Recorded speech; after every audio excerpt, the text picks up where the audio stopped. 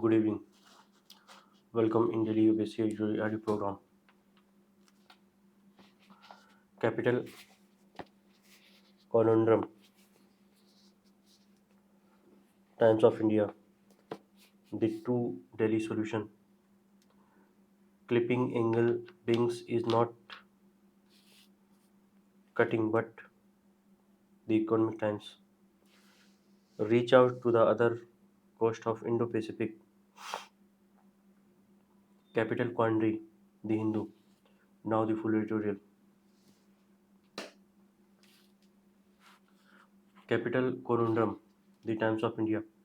Ordinance on control of Delhi admin overturns Supreme Court's correct argument on representative democracy. Government of India last week enacted an ordinance overturning the Supreme Court's days-old judgment that granted Delhi's elected legislature control of bureaucracy services and then moved the court for a review of the verdict. Many arguments are being put forward to justify the decisions that ordinances are necessary when the executive feels a judgment override a fundamental priority that many other governments have used ordinances. The governance of national capital in many countries has evolved in special arrangements that the Supreme Court judgment itself noted that Delhi government's power are subject to parliament's laws and thus the centre is well within its right to enact a new governing body. But the point still remains the fundamental argument on which the Supreme Court judgment rested was that an has that elected government that has the popular mandate should have control over administrative services and that this control flows naturally from the meaning of representative democracy. Supreme Court also emphasized federalism in its verdict that different governments will have different approaches to public administration is part of a big country's federal character as the court said that ideas of pragmatic federalism and collaborative federalism will fall to the ground if we are to say that the union has overriding executive powers even in respect of matters for which the Delhi Legislative Assembly has legislative powers. It is the entirely logical Supreme Court argument that has been overturned by the ordinance, and that's why it is a deeply problematic decision. The problematic nature of the ordinance is not mitigated by allusion to some politicians' alleged overbearing conduct with bureaucrats. If badly behaved elected politician constituted a good reason to wrest control of administration from them. Few governments in India will have the power to direct bureaucrats. Also, the parliament's power to enact laws on Delhi was noted by Supreme Court does not uh, condone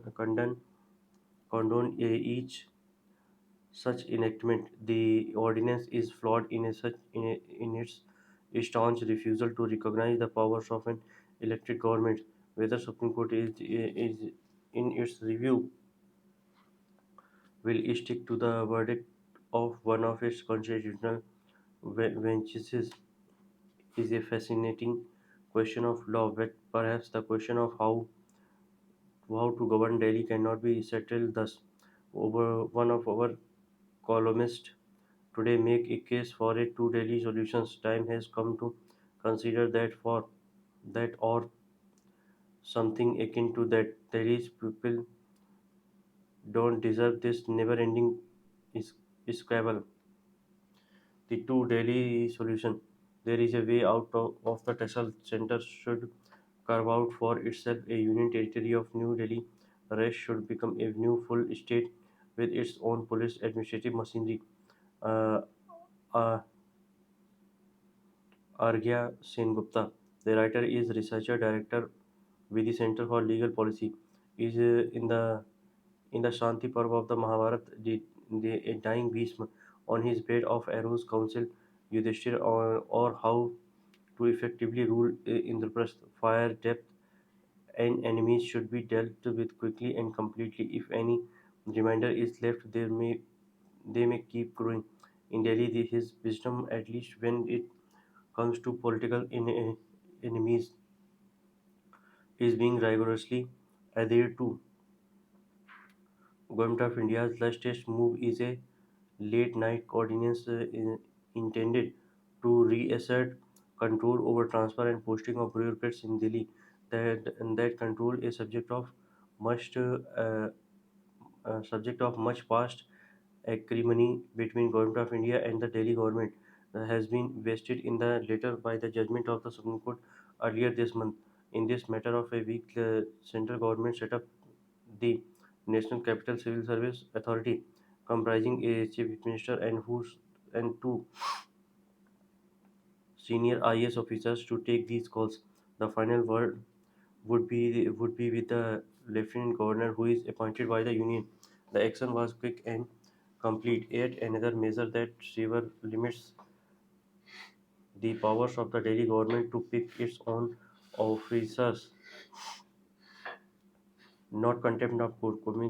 Coming so close on the heels of the Supreme Court holding to the contrary, it is natural that the first reaction of many has been to decry the move as contempt of court, but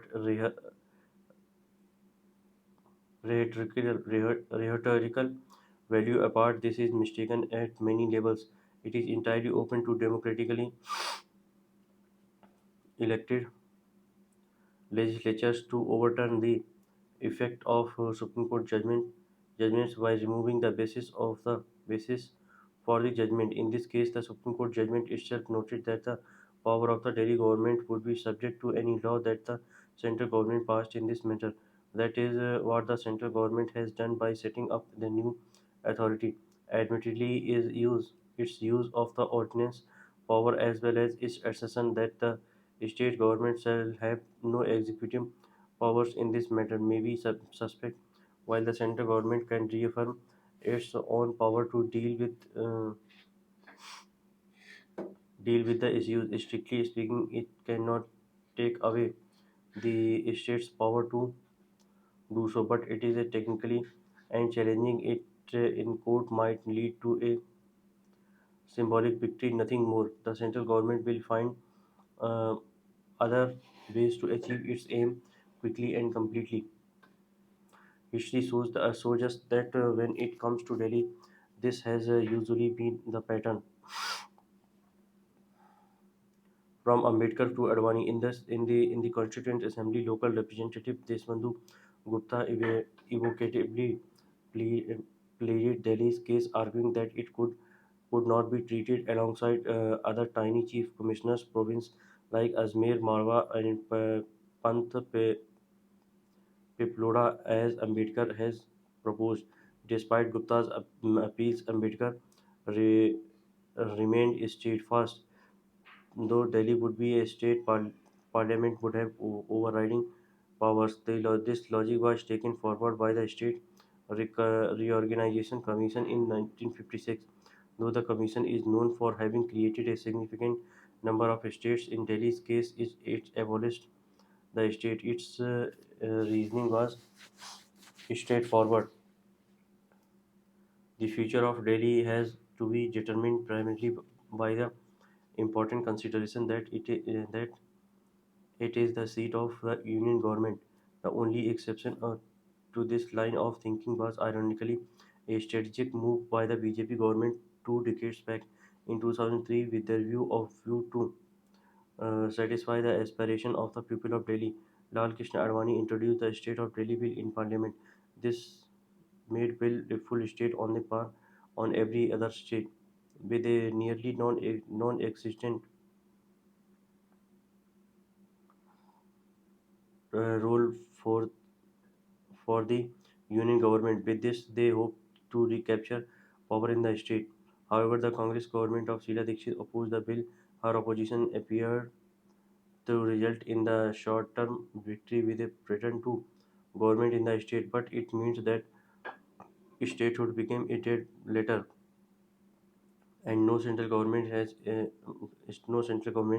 ever championed the cause again. The rest is history, reaffirmed every day through new form of gridlock, road to impasse. How long can this un, unworkable situation continue? Almost a decade on from the first of governments in Delhi to constitution bench judgment and regular clashes between three LGs and the CM, it is time to consider an alternative that works for all.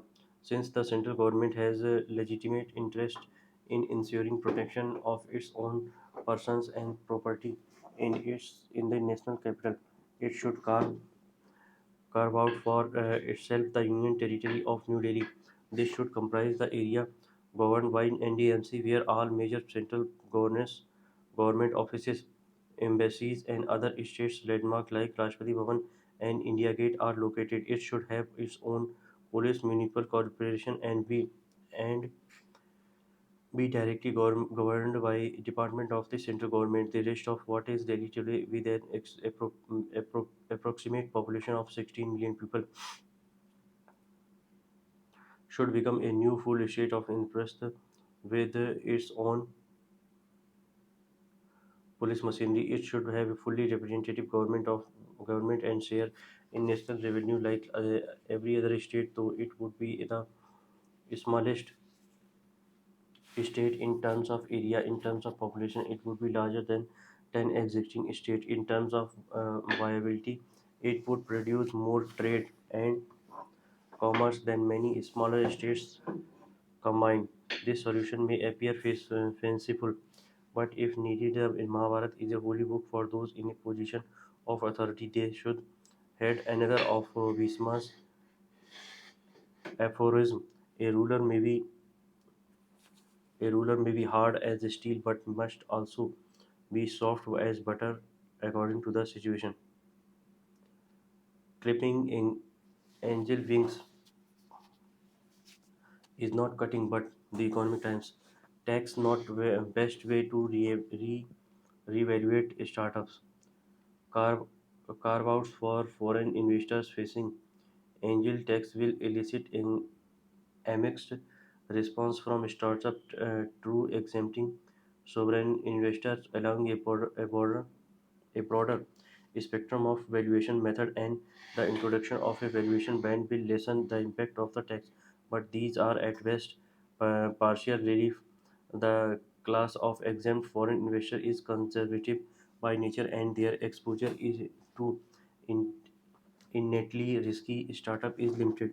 More ways to value a startup do not address the issue of fair valuation being the only tax efficient means to raise capital. The 10% safe harbor valuation may not be wide enough to cover fluctuation in macroeconomic variables. Valuation by merchant banker could reduce the flexibility startup founders and venture capitalists have become accustomed to. Relief, while welcome, is meager. The government's attempt to make startup valuation realistic through taxation coincides with an investment downturn. It risks diverting capital and entrepreneurship to friendlier jurisdictions. A cohort of India's unicorns was unduly t- titled in favor of incorporation abroad even before the imposition of angel tax for foreign investors. The original purpose of the tax was to curb pooling of unaccounted capital in the startup ecosystem. This was subsequently revised to include investor protection. Both these objectives will be met, but a tax is not a best way to go about it, particularly when the bets are on ideas. Investors with an appetite for risky innovation have their own yardstick for valuation. Infant businesses, these needs not conform to the officially acceptable definition of fair value. The government may be within its right to know where the money is coming from, but it is introducing market imperfections by trying to set prices of companies. This increases constraints under which locally incorporated startup operate. Such inventions can also slow innovations in India, a market that offers a enormous scope for deploying technologies like artificial intelligence AI based on the richness of data that is expected to generate. Reach out to the other coast of Indo-Pacific, be it the Quad meeting on the sideline of the G7 summit in Hiroshima, Japan, or Prime Minister Narendra Modi's bilateral with Ukraine President Volodymyr Zelensky. On Saturday, India is showing its commitment to a free, open, rule-based order. Modi's visit to Papua New Guinea, the first ever by an Indian PM to attend the summit of the Forum for India Pacific Iceland Corporation, a partnership with the 14 Iceland nations, must be seen as a larger part of this engagement despite a sizable population of Indian origin. New Zealand's dealings with Pacific Island states had been limited. Modi's visit to Fiji, a visit by an Indian PM after 33 years, and the launch of FIPIC in 2014 changed that. India has provided financial support, the help with capacity building through the Pacific Small Island Developing State (PSIDS) and the Coalition for Disaster Resilient Infrastructure (CDRI). However, a sustained political engagement and partnership has been lacking. The leader level FIPIC meet was last held in 2015. India's role as a flag bearer of the Global South, though dovetail with its leadership in climate action. Therefore, engagement with Pacific Island nations need to be seen as the other coast of New Delhi's Indo-Pacific rubric as a whole. For India to take a more active role of its expanded Indo-Pacific, it has to rely on an out-of-the-box approach. Traditional foreign policy priorities will not serve when it comes to these small island nations extensively threatened by global warming.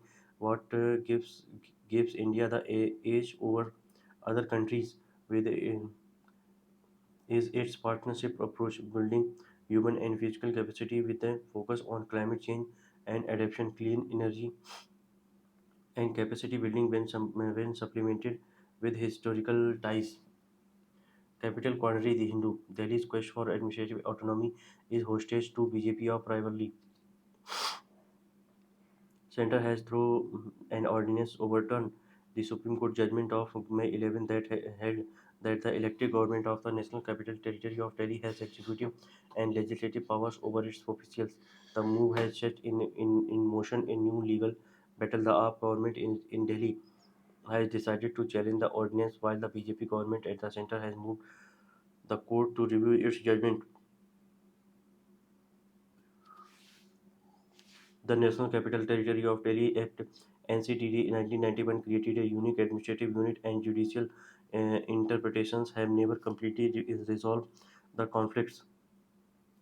Resolved the conflict between the centre and the elected governments of the NCTD all these years. The judgment held that union territories with a legislative assembly of their own are comparable to states, and their government's executive powers would extend to all matters on which they are allowed to make laws. In Delhi's case, law and order and the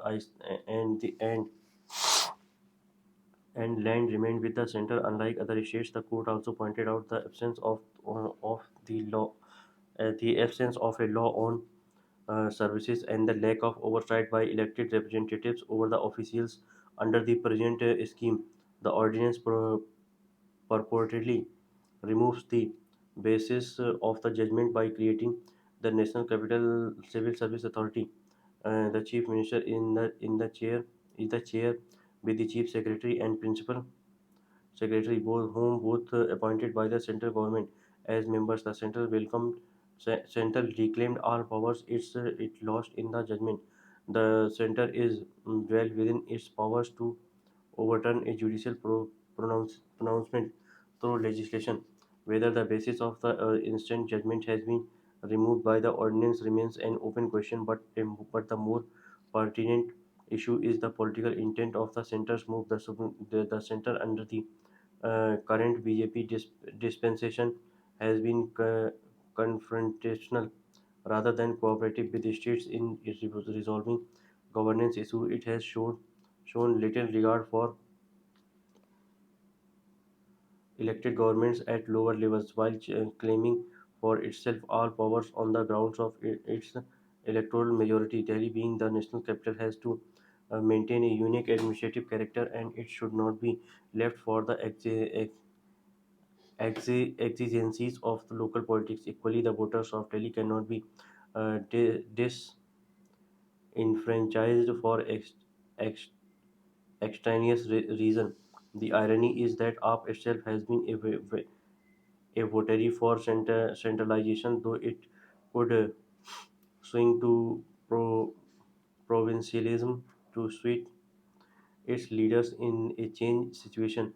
The AAP government has restored to provincialist rhetoric in the past, also going to the extent of questioning the rights of people from other states to access health care and education in the national capital. It was also a cheerleader of the center's brazen move that dismantled the state of Jammu and Kashmir into two union territories. Democracy and federalism are threatened by an unprincipled hunger for power, and AAP is both villain and victim. Thank you.